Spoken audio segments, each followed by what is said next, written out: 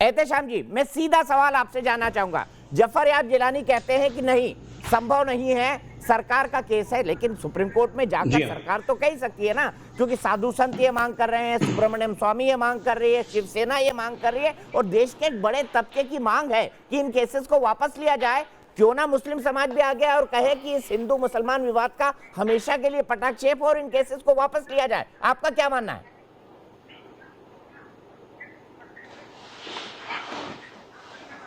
देखिए, मेरा ये मानना है कि किसी के कहने से या ना कहने से केसेस वापस नहीं होते, केस चलते हैं संविधान के दायरे में रहकर।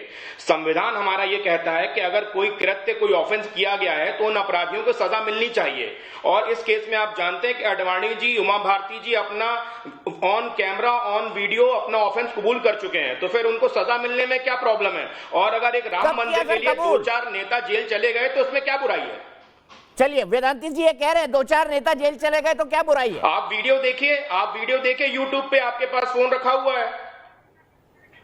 सर, बिल्कुल, अगर राम मंदिर के लिए 2-4 नेता की शहादत दे देंगे तो इसमें मुझे लगता है 1132 ओरिजिनल टेपें देखिए 6 दिसंबर 1992 की।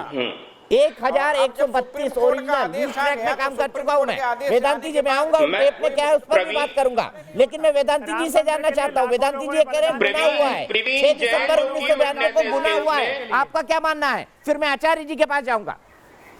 देखिए, 6 दिसंबर 1992 को जो तोड़ा गया, वो मंदिर का खंडहर तोड़ा गया।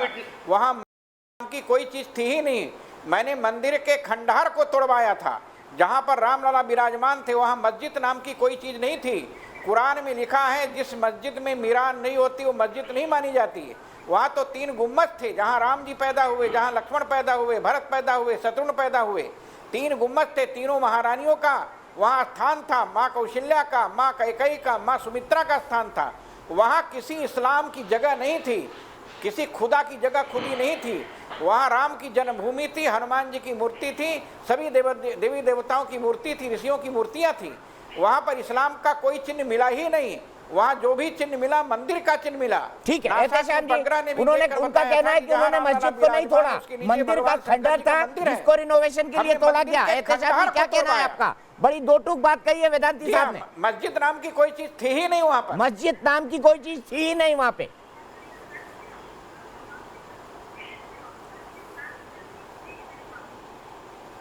मैंने हाई कोर्ट में भी यही कहा है। एहतेशाम जी, सवाल मेरा आपसे है, वेदांती जी कह रहे हैं वो खुद एक्यूज्ड है इस मामले में, मस्जिद नाम की कोई चीज वहाँ थी ही नहीं। जी हाँ, इनको पहले चुप तो कराइए, थोड़ा सा इनको चुप कराइए, मुझे आवाज नहीं आ रही इनकी।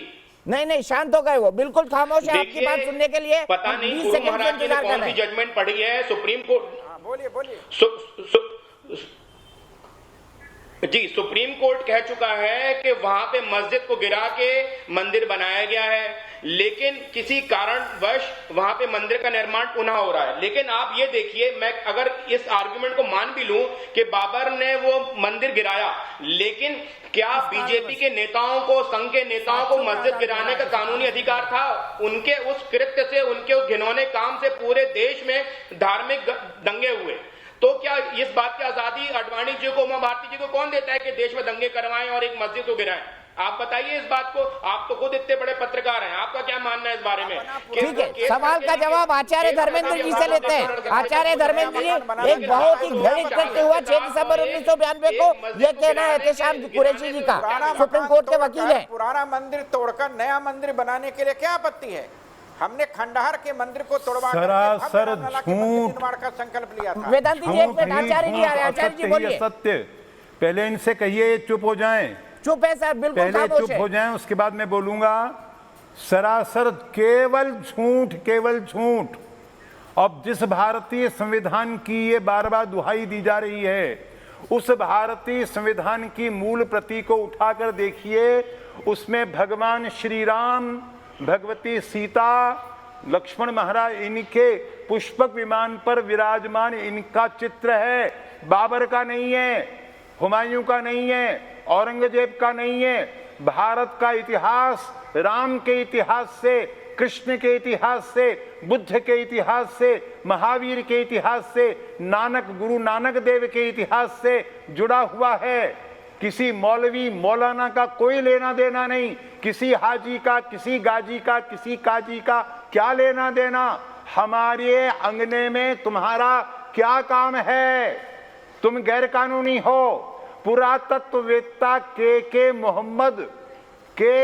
मोहम्मद बार बार कह चुके हैं कि कोई वजूद नहीं यहां पर किसी इस्लामी इमारत का। ठीक है, आचार्य जी जवाब ले लेते हैं। जवाब दीजिए साहब जी, जवाब दीजिए। आचार्य जी का जो कहना है कि एएसआई ये साबित कर चुकी है और एएसआई की इस फाइंडिंग को सुप्रीम कोर्ट ने भी माना है। फिर हमारे साथ थोड़ी ही देर में एक बहुत महत्वपूर्ण मेहमान जुड़ने वाले हैं जिनसे हम 1-to-1 बात करेंगे। मेरी बात पूरी नहीं हुई है अभी। आचार्य जी मैं आ रहा हूं आपके पास, एक काउंटर ले लूं इनसे। अगर लंबी बात हो जाएगी तो जवाब में मजा नहीं आएगा, जवाब वो ठीक से दे नहीं पाएंगे। आपके पास फिर आ रहा हूं मैं, एहतेशाम जी। ठीक है, हम इंतजार करेंगे तेरा कयामत तक। खुदा करे कि कयामत हो और तू आए।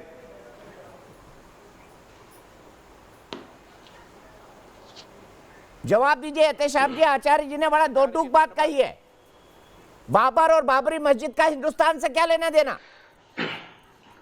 देखिए आचार्य जी, देखिए धर्मेंद्र जी को मैं एक बात बताना चाहता हूं कि जो संविधान की उन्होंने व्याख्या करी है ये मेरे हिसाब से तो मेरी नॉलेज के परे है। इन्होंने कौन सा संविधान पढ़ा है? इन्होंने शायद संघ का संविधान पढ़ा है, तभी ये इस तरह की बातें कर रहे हैं। हिंदुस्तान जो है वो हिंदू मुस्लिम सिख ईसाई सबका खून शामिल है हिंदुस्तान की आजादी में। और हिंदुस्तान मुल्क में अगर ये बात कह रहे हैं कि यहाँ पे कोई मौलाना, कोई इस्लाम का कोई वो वजूद नहीं था, तो मुझे लगता है कि स्वामी जी को फिर से कुछ किताबें पढ़ने की जरूरत है। इस तरह से धार्मिक भावनाओं को भड़का के आप स्वामी का चोला नहीं पहन सकते हिंदुस्तान में। आप अब्दुल हमीद की बात क्यों नहीं करते हैं? आप गुलाम नबी आजाद साहब की बात क्यों नहीं करते हैं? कई मुस्लिम लीडर्स, कई मुस्लिम सोल्जर शहीद हुए हैं हिंदुस्तान को आजाद कराने में, उनकी बात क्यों नहीं करते हैं आप?